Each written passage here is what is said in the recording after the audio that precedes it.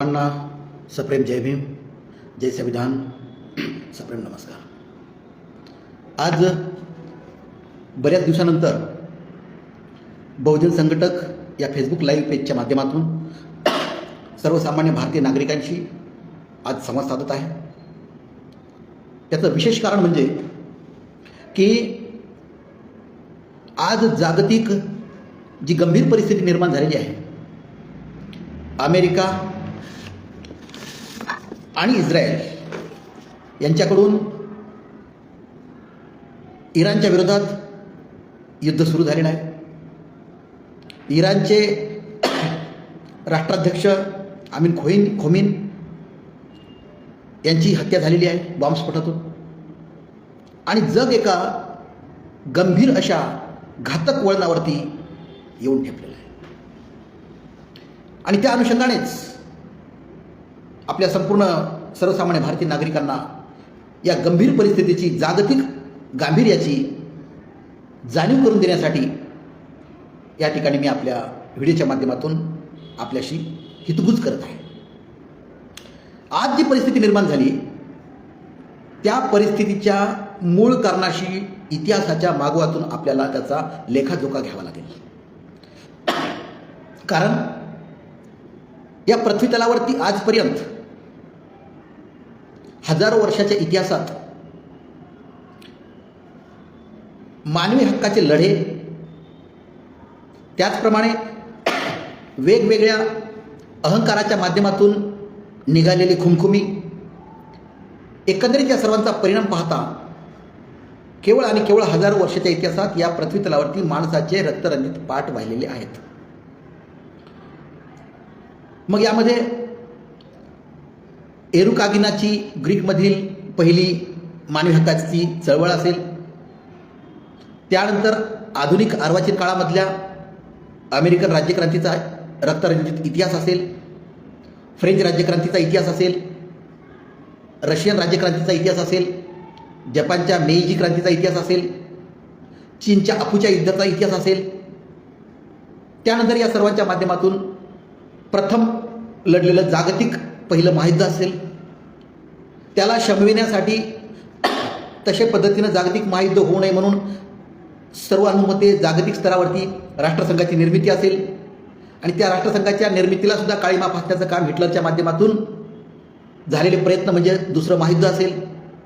या सगळ्या इतिहासाच्या माध्यमातून एक लक्षात घेतलं पाहिजे की या पृथ्वीतलावरती प्रत्येक जगातला माणूस हा या हजारो वर्षाच्या इतिहासामध्ये कधीही शांततेने जीवन जगण्यामध्ये 50 वर्ष कधीही यशस्वी ठरलेला नाही. कुठल्या ना कुठल्या तरी निमित्ताने, कुठल्या ना कुठल्या तरी कारणाने या जगाचा नागरिक अशांततेच्या, अविश्वसनीय, अस्वस्थ अशा परिस्थितीमध्ये जगत आलेला आहे. हे मात्र वास्तव ऐतिहासिक आपल्याला स्वीकारावंच लागेल. ही परिस्थिती कधी गंभीर होऊ नये, खंबीर होऊ नये म्हणून अनेकांनी प्रयत्न केले, अनेक तत्ववेत्यांनी प्रयत्न केले. तथागत भगवान बुद्ध असतील, सॉक्रेटिस असतील, प्लेटो असतील, अरिस्टॉटल असतील, व्हॉल्टेर असतील, रुसो असतील, मॉन्टेस्क्यू असतील, या सगळ्या जागतिक तत्ववेत्यांनी या परिस्थितीला कधीही पुन्हा जगावर लादल्या जाऊ नये यासाठी अनेक प्रयत्न केलेले आहेत, त्यांनी जीवन समर्पित केलेले आहेत. परंतु तरीसुद्धा ही परिस्थिती या सामदाम दंडभेदाच्या कूटनीतीवर आधारलेल्या जागतिक या आर्यवंशीय कूटनीतीच्या माध्यमातून या जगावरती अशांततेची तलवार, कायमची टांगती तलवार चालत आलेली आहे. आणि म्हणून या इतिहासाचा मागोवा घेत असताना आज आपण एका जागतिक अंतिम अणुयुद्धाच्या उंबरठ्यावर आलो का काय, अशी परिस्थिती निर्माण झालेली आहे. याचा इतिहास पाहता जेव्हा पहिलं महायुद्ध झालं, त्यानंतर पहिल्या महायुद्धाच्या नंतर राष्ट्रसंघाची निर्मिती झाली जागतिक शांतता, कायदा व सुव्यवस्था प्रस्थापित राहण्यासाठी. आणि या राष्ट्रसंघाच्या निर्मितीच्या नंतर हिटलरच्या माध्यमातून जर्मनीचा अपमान झाल्यामुळं, पहिल्या महायुद्धात पराभव झाल्यामुळं जर्मनीच्या हिटलरने आपल्या जर्मनीला राष्ट्रवादाच्या नावाखाली जगामध्ये उंचावण्याचं काम केलं. बरं, ते उंचावण्याचं काम केलं कशा पद्धतीनं? केवळ आणि केवळ शस्त्रास्त्र निर्मिती आणि त्या शस्त्रास्त्रांचा धाक दाखवून जगाला आपल्या पायाशी लोळण घ्यायला लावण्याची परिस्थिती हिटलरनं निर्माण केली. आणि याच परिणामातून, याच माध्यमातून पुढे जाऊन हिटलरनी त्याच्या विकृत डोक्यामध्ये, एक विकृत मेंदूमध्ये एक कल्पना सुचली, जी कल्पना त्याने आपल्या जर्मनीतल्या शास्त्रज्ञांशी बोलून दाखवली. त्यामध्ये त्यांनी सांगितलं की मला शास्त्रज्ञांना आदेश दिले की मला जास्तीत जास्त विनाशकारी असा बॉम्ब तुम्ही निर्माण करून दिला पाहिजे, संशोधन तयार करून केलं पाहिजे आणि मला दिला पाहिजे. कारण संपूर्ण जगाला जर्मनीच्या पायावर लोळण घ्यायला भाग पाडणारी परिस्थिती निर्माण करायची. हा जेव्हा आदेश जर्मनीच्या लॅबोरेटरीमध्ये गेला, त्या शास्त्रज्ञांनी अनेक विचारविनिमय केल्याच्या नंतर लक्षात आलं की सर्वात विनाशकारी बॉम्ब बनवण्याची जी थिअरी आहे, जसं EMC स्क्वेअर थिअरी अल्बर्ट आइन्स्टाईननी मांडलेली होती आणि या थिअरीचा जो सिद्धांत आहे तो केवळ आणि केवळ अल्बर्ट आइन्स्टाईनकडे होता आणि त्या माध्यमातून अणुबॉम्ब बनवण्याची जी कल्पना आहे ती सुद्धा अल्बर्ट आइन्स्टाईनकडे होती. परंतु जर्मनीमधल्या हिटलरला ज्यू लोकांचा खात्मा करण्याच्यासाठी त्यांनी ज्यू लोकांच्या यहुदींच्या विरोधामध्ये जे काही रक्तरंजित पाठ वाहण्यासाठी प्रयत्न करायला भाग पाडले, त्या भीतीपोटी, त्या धाकापोटी अल्बर्ट आइन्स्टाईन जर्मनी सोडून अमेरिकेमध्ये भूमिगत झाले, अमेरिकेत स्थायिक झाले जर्मनीतून भूमिगत होऊन. आणि तिथं गेल्याच्या नंतर जेव्हा त्यांच्या कानावर गोष्ट आली की हिटलरनी आपल्या शास्त्रज्ञांना आदेश दिलेत की विनाशकारी बॉम्ब बनवण्यासाठी, तेव्हा अल्बर्ट आइन्स्टाईन यांनी तेव्हाचे अमेरिकन अध्यक्ष रुझवेल्ट यांना सांगितलं की जर्मनीच्या हिटलरच्या विकृत मेंदूमध्ये विनाशकारी अणुबॉम्ब बनवण्याची कल्पना सुचलेली आहे आणि आपण काही करण्याच्या आत जर त्यांनी तो बॉम्ब बनविला तर निश्चितचपणे जगाला या हिटलरच्या पायाखाली लोळण घ्यायला भाग पडेल. त्यासाठी तुम्ही या प्रकारचा विनाशकारी अणुबॉम्ब आपण जर बनवला आणि त्या आधारे धाक दाखवून जर हिटलरला थांबवलं तर निश्चितपणे जगामध्ये कधी ना कधी शांतता, कायदा सुव्यवस्था, लोकशाहीवादी स्थापित होईल. ही कल्पना जेव्हा त्यांना सुचली, ताबडतोब त्यांनी प्रयत्न केले आणि अल्बर्ट आइन्स्टाईन, डॉक्टर ओपनहायमर आणि डॉक्टर लिनस पाउलिंग या 3 प्रमुख शास्त्रज्ञांच्या मार्गदर्शनाखाली शेकडो शास्त्रज्ञ त्यांना मदतनीस म्हणून दिले आणि मॅनहॅटन प्रोजेक्ट जो मेक्सिकोच्या सीमेवर आहे त्या ठिकाणी हा मॅनहॅटन प्रोजेक्ट राबवला. 500 शास्त्रज्ञ त्या ठिकाणी कामाला लागले आणि 1943ला या प्रोजेक्टला सुरुवात झाली आणि या 1.5 वर्षामध्ये 2 वर्षाच्या आत यांनी पहिला अणुबॉम्ब जागतिक अमेरिकेने निर्माण केला. जेव्हा हे 2 अणुबॉम्ब बनवले, युरेनियम आणि प्लुटोनियम ह्या 2 अणुबॉम्ब बनवल्याच्या नंतर तोपर्यंत जागतिक अंतिम दुसरं महायुद्ध त्या ठिकाणी अणुबॉम्ब बनवण्याच्या काळापर्यंत अतिउच्च टोकापर्यंत आलं होतं. अशी भीती निर्माण झाली होती की आता हिटलर संपूर्ण जगाला संपवतं का काय. अशा अतिउच्च टोकाच्या काळामध्ये या 2 अणुबॉम्बची निर्मिती झाली आणि योगायोगाने जपानने अमेरिकेच्या पर्ल हार्बर बंदरवरती, त्या पाणबुडीवरती हल्ला केला मिसाईलद्वारे आणि जपानच्या त्या अमेरिकेच्या त्या युद्धनौका त्यांनी त्या ठिकाणी नेस्तनाबूत केल्या. त्याचा राग म्हणून अमेरिकेने जपानच्या हिरोशिमा आणि नागासाकीवरती हे अणुबॉम्ब टाकण्याचे त्या ठिकाणी निर्णय घेतले आणि 6 ऑगस्ट आणि 9 ऑगस्ट 1945ला हे 2 बॉम्ब जपानच्या दोन्ही शहरावरती जेव्हा टाकले त्यावेळेस तो विनाशकारी अणुबॉम्ब, त्याचा अनुभव या 3ही doctor Linus Pauling, doctor Oppenheimer आणि अल्बर्ट आइन्स्टाईन यांनी प्रत्यक्षदर्शी त्या ठिकाणी तो अणुबॉम्बाचा विनाश त्यांनी अनुभवला. अनुभवल्याच्या नंतर या 3ही शास्त्रज्ञांनी एक फार मोठा बुद्धाच्या शांतीचा निर्णय घेतला. तो हा की जर यापुढे अमेरिकेनेच काय, जगातील कुठल्याही देशांनी जर अणुबॉम्ब बनवले आणि बनवलेले अणुबॉम्ब अमेरिकेने जर नष्ट नाही केले तर जगामध्ये 4थं जागतिक अणुयुद्ध, महायुद्ध कधीही होणार नाही. तर 3ऱ्या जागतिक अणुयुद्धामध्ये सर्व काही संपेल, सर्व काही नष्ट होईल. अशा पद्धतीचं पत्र तयार केलं या 3ही शास्त्रज्ञांनी आणि या पत्रावर 100 शास्त्रज्ञांच्या सह्या करून युनोच्या महासचिवाला पाठवलं आणि त्या युनोच्या महासचिवानं ते आजही पत्र सांभाळून ठेवलं. परंतु त्या पत्राच्या इशाऱ्याकडं संपूर्णपणे युनोने दुर्लक्ष केलं. कारण युनोचे जे 5 स्थायी सदस्य आहेत, फ्रान्स, इंग्लंड, अमेरिका, रशिया आणि चीन, ही 5 स्थायी म्हणजे कायमस्वरूपी सदस्य आहेत आणि या 5ही स्थायी सदस्यांकडं सर्वात जास्त अणुबॉम्ब आहेत. आणि जेव्हा 1945ला अमेरिकेने पहिले 2 अणुबॉम्ब तयार केले, अणुचाचणी तयार करून, त्यानंतर जगामध्ये या पद्धतीनं अणुबॉम्ब निर्मितीची एक प्रकारे साखळी निर्माण झाली. युनोच्या माहितीनुसार, सर्वेनुसार जगामध्ये एकूण 205 देश आहेत. त्यापैकी 193 देश हे युनोचे सदस्य आहेत. आणि 193 सदस्यांकडून या जगामध्ये शांतता, कायदा, सुव्यवस्था प्रस्थापित व्हावी यासाठी युनोची निर्मिती आणि युनोच्या माध्यमातून वेगवेगळ्या समित्या आणि वेगवेगळे कायदे निर्माण करून जागतिक शांतता प्रस्थापित करण्याचा प्रयत्न केला. परंतु या ठिकाणी मात्र जेव्हा अणुबॉम्ब अमेरिकेने बनवले त्यावेळेस जो प्रतिस्पर्धी होता रशिया, कारण जागतिक महायुद्धानंतर अमेरिका आणि रशिया यांच्यामध्ये शीतयुद्ध निर्माण झालं. त्या शीतयुद्धामध्ये अमेरिकेचा प्रतिस्पर्धी हा रशिया होता. रशियाला वाटत होतं की अमेरिकेनं अणुबॉम्ब बनवलेत, अणुचाचणी घेतली, जर आम्ही नाही केली तर या रशियावर हा अमेरिका कधीही आक्रमण करू शकेल आणि रशियाला संपवेल. या भीतीपोटी रशियाने 1949ला, म्हणजे अमेरिकेच्या अणुबॉम्ब निर्मितीच्या नंतर 4 वर्षांनी 1949ला रशियाने सुद्धा अणुचाचणी केली आणि अणुबॉम्ब निर्मिती केली. त्यानंतर अवघ्या 3 वर्षांनी 1952 मध्ये इंग्लंडने त्या ठिकाणी अणुचाचणी केली आणि इंग्लंडने सुद्धा अणुबॉम्ब बनवून या जगामध्ये 3ऱ्या क्रमांकाचा देश या ठिकाणी झाला. म्हणजे 1945ला अमेरिका, त्यानंतर 4 वर्षांनी 1949ला रशिया, तिथून 3 वर्षांनी 1952 मध्ये ब्रिटन म्हणजे इंग्लंड, आणि त्यानंतर 1960 मध्ये जवळपास 8 वर्षांनी फ्रान्सने सुद्धा त्या ठिकाणी अणुचाचणी केली आणि अणुबॉम्ब बनवले. 1960च्या नंतर जवळपास 4 वर्षांनी पुन्हा 1964ला चीनने या देशातला, या जगातला 5वा देश म्हणून त्यांनी सुद्धा अणुचाचणी केली आणि अणुबॉम्ब बनवले. म्हणजे जगातल्या पहिल्या 5 देशांनी अणुबॉम्ब बनवले जे स्थायी सदस्य होते युनोचे. त्यानंतर 1967ला इस्रायलने अणुबॉम्ब बनवले अणुचाचणी करून, 1967ला केली, परंतु त्यांनी ऑफिशियली घोषणा 1986ला केलेली होती. त्यांनी बनवले 1967ला गुप्तपणे, परंतु त्याची घोषणा त्यांनी 1986ला केलेली आहे. 1967च्या नंतर 7वा देश बनलेला आहे. कोणता? भारत.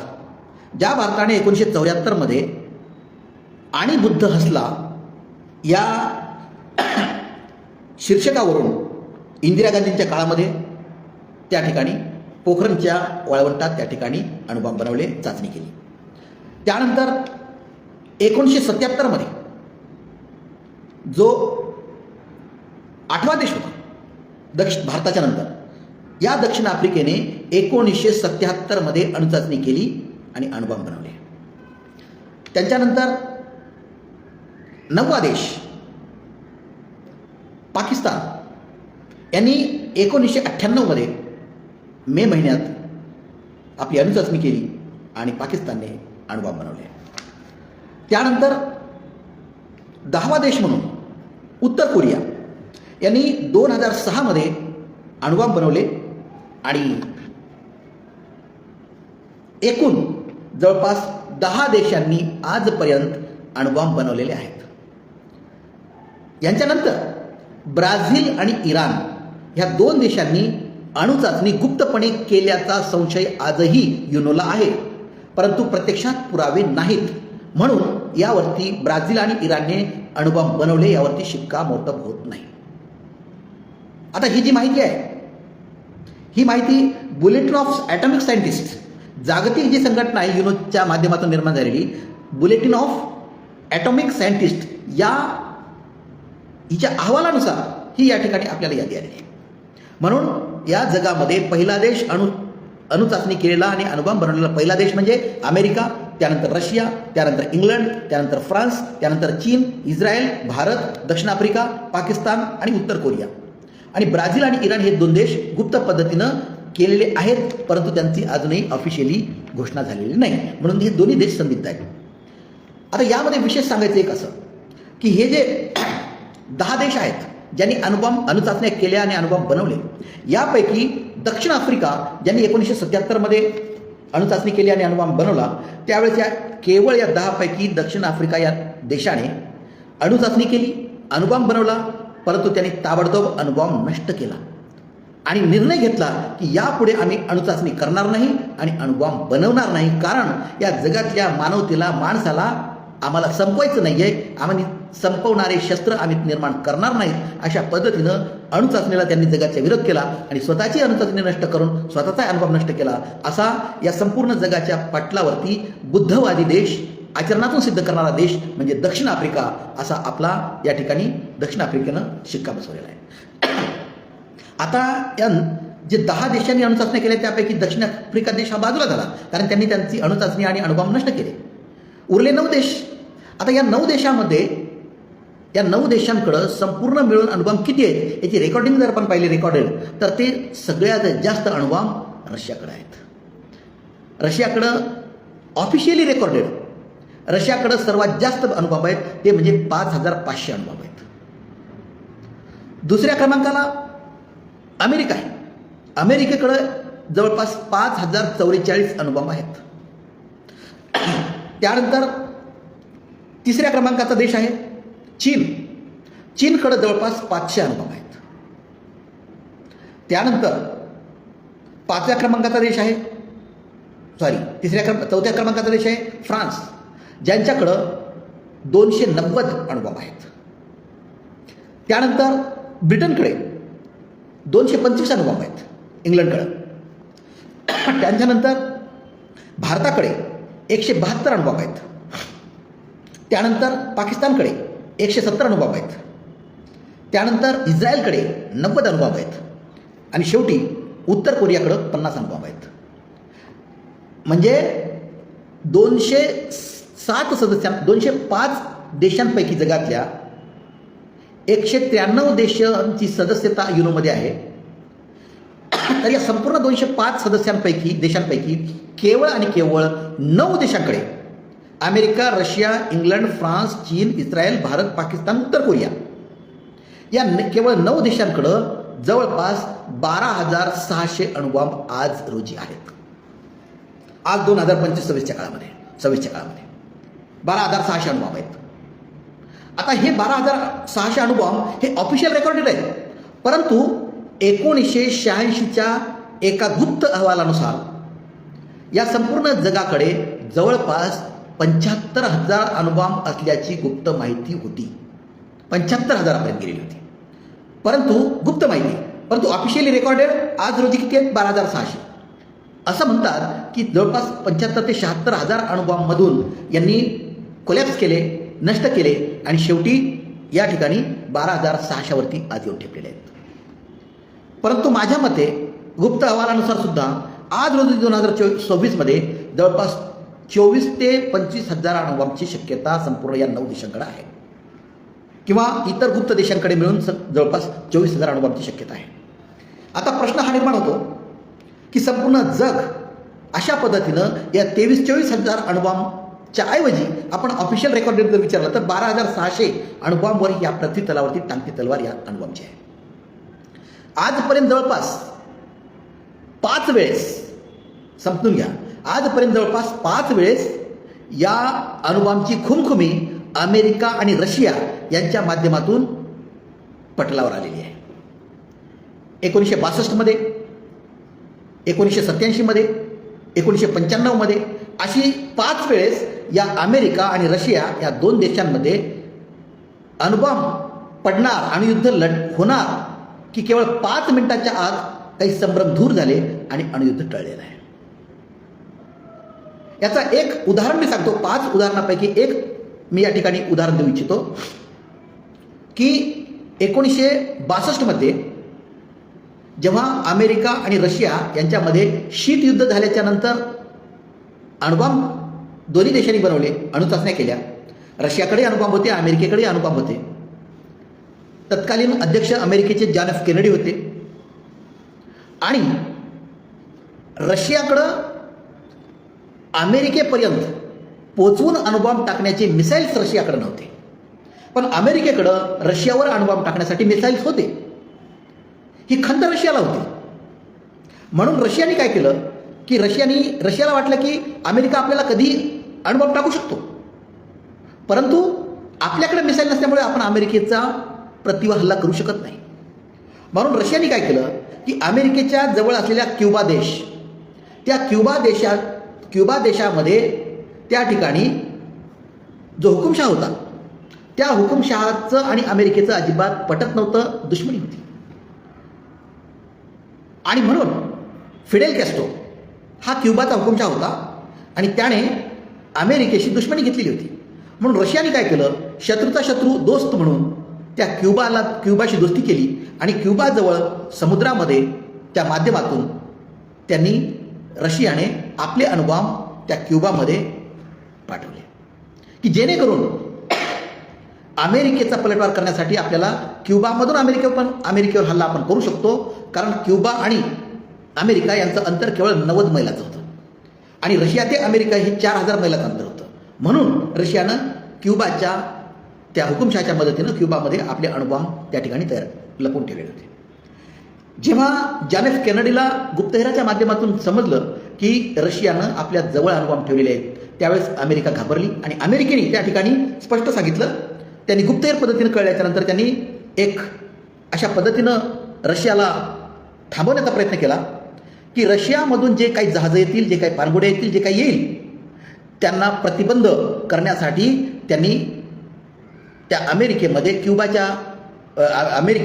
क्युबाच्या भोवताली समुद्रामध्ये आपले जहाज टाकले आणि त्यांची परीक्षा त्यांना तपासल्याशिवाय क्युबामध्ये पाठवता येणार नाही, अशा पद्धतीनं जॉन एफ केनेडीनं भूमिका घेतली. ही भूमिका रशियाला आवडली नाही. रशियाने आपल्या 3 पाणबुड्या त्या ठिकाणी क्युबामध्ये पाठवल्या. त्या क्युबामध्ये पाणबुड्यामध्ये शस्त्रसज्ज अणुबॉम्ब शस्त्रसज्ज असलेल्या त्या 3 पाणबुड्या होत्या. जेव्हा रशियाच्या ह्या 3 पाणबुड्या क्युबाच्या दिशेने येत होत्या, त्यावेळेस अमेरिकेला समजलं की ह्या 3 पाणबुड्या अमेरिकेच्या दिशेनं क्युबाच्या दिशेनं येत आहेत. म्हणून अमेरिकेनं त्यांना वॉर्निंग दिली की तुम्ही समुद्राच्या तळाशी जा, अजिबात वर येण्याचा प्रयत्न केला तर तुम्हाला नष्ट करण्यात येईल. हा इशारा रशियानं अमेरिकेचा जेव्हा समजला, त्यावेळेस रशियानं या 3 पाणबुड्यांच्या त्या नौसेना अधिकाऱ्यांना मेसेज दिला की तुम्ही कुठल्याही पद्धतीनं बुडाशी जा, तळाला जा समुद्राच्या. हे जेव्हा 3ही पाणबुड्यांना रशियाने सूचना दिल्या, तर त्यापैकी एका पाणबुडीला प्रत्यक्ष संपर्क होऊ शकला नाही. त्या ठिकाणी त्यांचा संपर्क तुटला.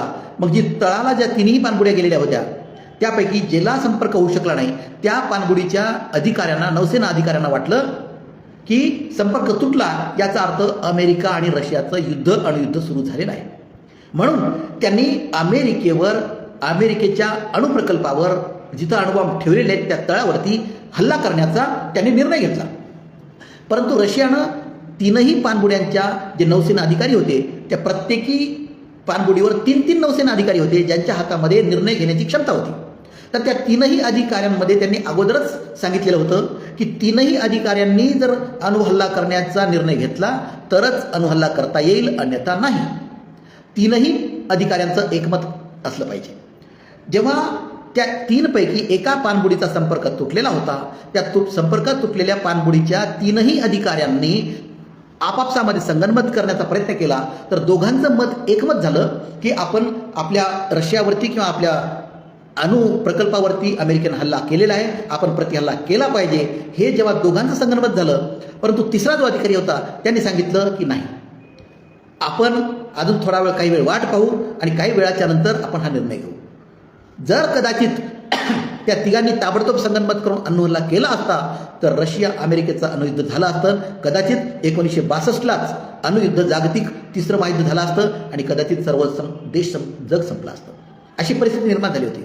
परंतु जेव्हा 5 मिनिटानंतर या संपर्क तुटलेल्या पाणबुडीचा संपर्क जेव्हा पुन्हा झाला, त्यावेळेस त्यांना कळलं की अणुयुद्ध काही सुरू झालेलं नाही, आपण प्रतिहल्ला करणं चुकीचं आहे आणि त्यांनी तो निर्णय थांबवला. म्हणजे 5 मिनिटांमध्ये तो गैरसमज दूर झाला नसता आणि त्याच्यापेक्षा जास्त काळ जर लागला असता आणि तिघांनी जर सहमती अणुहल्ल्याला दिली असती, तर निश्चितपणे अमेरिका आणि रशिया यांचं अणुयुद्ध त्याच वेळेस झालं असतं. अशा पद्धतीनं अशा 5 वेळेस घटना घडल्या की 5 मिनिटाच्या अंतराने हे अणुयुद्ध टळलेलं आहे. परंतु आज या सगळ्या 5 शक्यताच्या नंतर टाळलेल्या युद्धाच्या नंतर आज 2026मध्ये अशी परिस्थिती निर्माण झालेली आहे. 2023 पासून रशिया युक्रेनचं युद्ध चालू आहे. युक्रेनकडे अणुबॉम्ब नाही आहेत, त्यामुळं अणुयुद्धाची शक्यता कमी होती. त्यानंतर उत्तर कोरिया आणि दक्षिण कोरिया, उत्तर कोरिया आणि अमेरिका यांच्यामधला हा संघर्ष आपल्याला खुमखुमी माहीतच आहे. परंतु आज अशी 2025 आणि 25च्या शेवटी आणि 2026च्या शेवटी 2026च्या सुरुवातीला अशी परिस्थिती निर्माण झालेली आहे की इस्रायल आणि गाझापट्टीमध्ये हमास यांचा 2023मध्ये जो संघर्षाला सुरुवात झाली, इस्रायलच्या सर्वात मोठ्या सणाच्या दिवशी गाझापट्टीतून हमासने जो क्षेपणास्त्र सोडली आणि अनेक हजारो जनता इस्रायलची मारल्या गेली. तिथून जी सुरुवात झाली त्याची खुमखुमी मग इस्रायलने हमासच्या गाझापट्ट्यामध्ये जाऊन सर्व रक्तरंजित पाठ वाहवले. ती अशीच वाढत गेली. हमास गाझा संपली. त्यानंतर इराणने इस्रायलची या दोघांची मतभेद सुरुवात झाली आणि 2025 पासून या सगळ्या प्रकारच्या मतभेदाला इस्रायल आणि इराणच्या मतभेदाला अतिउच्च टोक गाठलं. अमेरिकेने इस्रायलची बाजू घेतली. त्याचं एकमेव कारण की इराणकडे जी काही तेलाची खाण आहे, जमिनीची तेलाचे जे काही झरे आहेत, त्या सगळ्याप्रती या अमेरिकेचा डोळा. जसं सद्दाम हुसेनवरती अमेरिकेने डोळा ठेवून 12-13ला संपवलं, अगदी तीच पद्धत या ठिकाणी इराणच्या बाबतीत अमेरिकेनं वापरली. आणि मग इराणच्या भोवताल जेवढे काही मुस्लिम देश आहेत, दुबई असेल, UAE असेल, त्यानंतर क्युबा असेल, वेगवेगळे क्युबा नाही, इतर वेगवेगळे कुवेत असेल, इराक असेल, या सगळ्या इराणच्या भोवतालच्या मुस्लिम देशाच्या मध्ये आपले अमेरिकन सैन्याचे शस्त्रास्त्र स्थळ, क्षेपणास्त्र स्थळ त्या ठिकाणी निर्माण केले की जेणेकरून अमेरिकेहून हल्ला करण्यापेक्षा भोवतालच्या प्रदेशामधून इराणवर हल्ला करता येईल आणि इराणला आपल्याला शरण आणता येईल. ही परिस्थिती गेल्या वर्षभरापासून निर्माण झाली आणि निर्माण झाल्याच्या नंतर 2025च्या डिसेंबर महिन्यामध्ये इराण आणि अमेरिकेमध्ये जो काही संघर्ष निर्माण झाला त्यामध्ये अमेरिकेने स्पष्ट भूमिका घेतली की जोपर्यंत तुम्ही अणुशास्त्र बंदीवर करारावर सही करणार नाही तोपर्यंत तुम्हाला या ठिकाणी हल्ल्याला प्रत्युत्तर द्यावं लागेल. आणि ही जेव्हा काल 2 दिवसापूर्वी या ठिकाणी अतिउच्च टोक गाठलं आणि इस्रायलने आणि अमेरिकेने दोघांनी मिळून इस्रायलवरती हल्ला केला. आणि त्या हल्ल्याला इराणने अगोदर सुचवलं होतं की आम्ही कुणावरती हल्ला करणार नाही, परंतु आमच्यावर जर कोणी हल्ला केला, जिथून हल्ला केला त्या ठिकाणी आम्ही प्रतिहल्ला करू. ही इराणच्या राष्ट्राध्यक्षांची जे दिवंगत झाले त्यांची भूमिका होती. आणि साहजिक आहे कुठल्याही देशाला प्रत्येकाला आपल्या संरक्षण करण्याची मुभा आहे. आता या ठिकाणी इराणनी अणुचाचणी करू नये हा जो प्रतिबंध अमेरिकेने लावला होता, एक जागतिक नैतिकतेच्या दृष्टिकोनातून जर विचार केला तर हे चुकीचा कसा होता. एक तर अणु चाचणी करणे आणि अणुबॉम्ब निर्माण करणे, त्याची अंमलबजावणी करणे हे जगालाच काय कुठल्याही मानवतेच्या दृष्टिकोनातून चुकीचं आहे, हे 100% वास्तव आहे. परंतु ज्या अमेरिकेकडं 5044 अणुबॉम्ब आहेत आणि त्यांनी सांगायचं की इराणने अणुचाचणी करू नये, अणुबॉम्ब बनवू नये, हे कुठल्या नैतिकतेमध्ये बसते? जागतिक नाही बसू शकत. स्वतःकडं अणुबॉम्ब ठेवायचे आणि दुसऱ्याला करू नको म्हणायचं हे जागतिक नैतिकतेत बसत नाही. परंतु तरीसुद्धा हे करू नये म्हणून अमेरिकेनं आणि इस्रायलने दोघांनी मिळून गेल्या 2 दिवसापूर्वी इस्रायलवर हल्ला केला. आणि हल्ला केल्याच्या नंतर त्या ठिकाणी इस्रायलनी पूर्वीच भूमिका स्पष्ट केली होती, त्यानुसार त्यांनी जे जे काही मुस्लिम शेजारचे देश होते त्या अमेरिकेच्या लष्करी तळावरती मिसाईल टाकून हल्ले केले, प्रतिहल्ला केला. एवढंच काय, अमेरिकेच्या अब्राहम लिंकन जहाजावरती हल्ला त्यांनी क्षेपणास्त्राच्या माध्यमातून केला. अमेरिकेनं रशियानं पुन्हा हल्ले केले. या प्रतिहल्ल्यामध्ये इस्रायलचे खोमेनी जे राष्ट्राध्यक्ष होते, जे 1979 पासून या इराणमध्ये राष्ट्राध्यक्ष म्हणून ज्यांची संपूर्ण श्रद्धा इराणची त्यांच्यावर होती, त्यांचा त्यांच्यावरती अमेरिका आणि इस्रायलच्या या क्षेपणास्त्रांनी हल्ला केला आणि त्यांची हत्या झाली.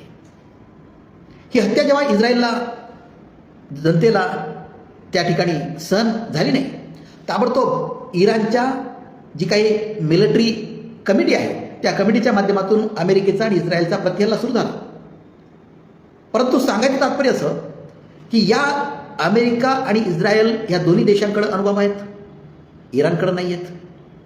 परंतु इराणच्या बाजूला जी काही मुस्लिम राष्ट्र आहेत त्यांनी मात्र अमेरिकेच्या विरोधामध्ये अर्थात डोनाल्ड ट्रम्पच्या विरोधामध्ये आपली भूमिका स्पष्ट केलेली आहे.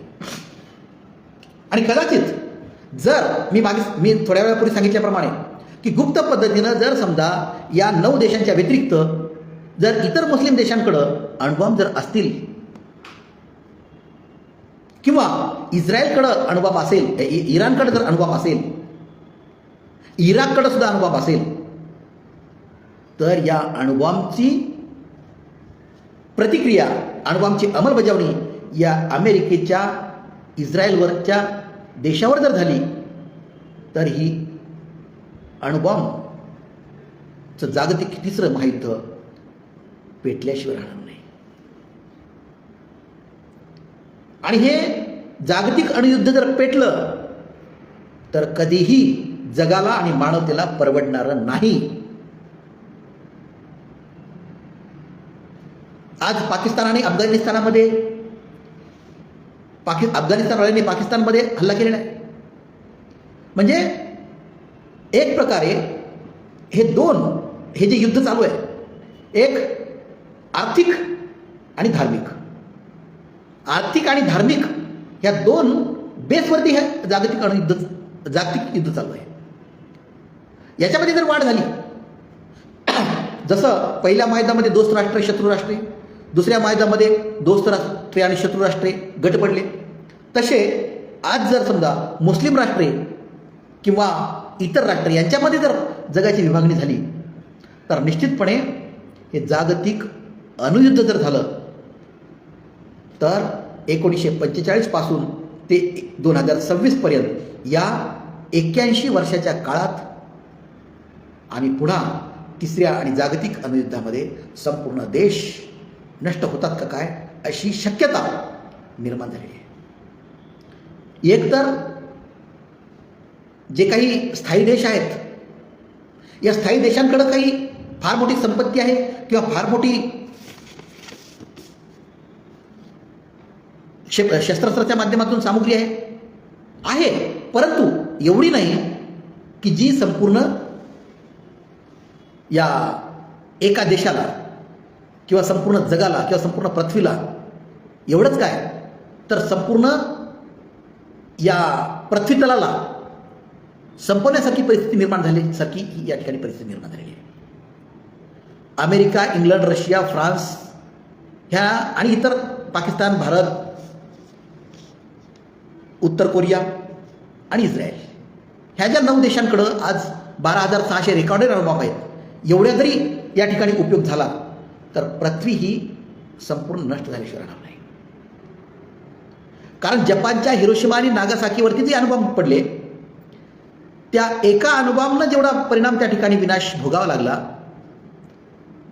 त्याच्यापेक्षा 500 पटीनं एक अणुबॉम्ब घातक आज रोजी या 24,000 अणुबॉम्बमध्ये आहे.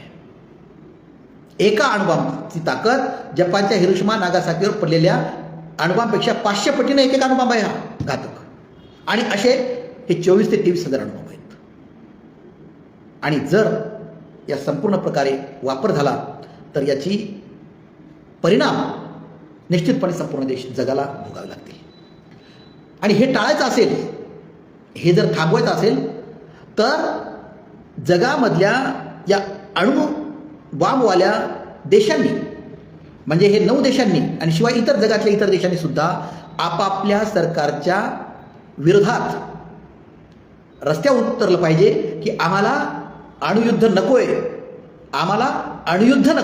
आम्हाला बुद्ध हवा आहे, अशा पद्धतीचा रस्त्यावर उतरून जर आपण शांततेच्या मार्गाने जर निषेध केला या अणुयुद्धाचा, या अमेरिकेच्या, इस्रायलच्या, त्यानंतर अणुशस्त्र सज्ज असलेल्या देशांच्या विरोधात आम्हाला युद्ध नकोय, बुद्ध हवा, अशा पद्धतीनं शांततेच्या मार्गानं, लोकशाहीच्या मार्गानं जर आम्ही निदर्शने केली, जर आम्ही मोर्चे काढले रस्त्यावर उतरून, तर निश्चितपणे याचे परिणाम आपल्याला सदृश्य पद्धतीनं दिसतील.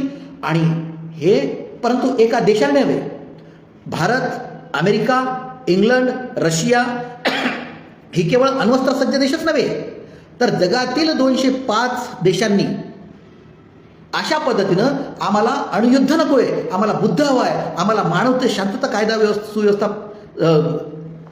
कायमस्वरूपी राहण्यासाठी आम्हाला शांतता हवी आहे, अशा पद्धतीनं मूक मोर्चे, निदर्शने काढून जर प्रत्येक देशातल्या, राष्ट्रातल्या जनतेने जर त्या सरकारच्या विरोधामध्ये अशा पद्धतीनं जर निदर्शने केली, मूक मोर्चे काढली, तर हे जगातील अणुयुद्ध थांबू शकतं. आणि तेव्हाच या अणुयुद्धाला नष्ट करण्याची सुद्धा आपल्याला त्या ठिकाणी प्रयत्न करावे लागतील. अशा पद्धतीचं जर जनजागृती केली या सगळ्यांच्या माध्यमातून, तरच आपली पृथ्वी आणि आपली मानवी संस्कृती सुरक्षित राहू शकेल.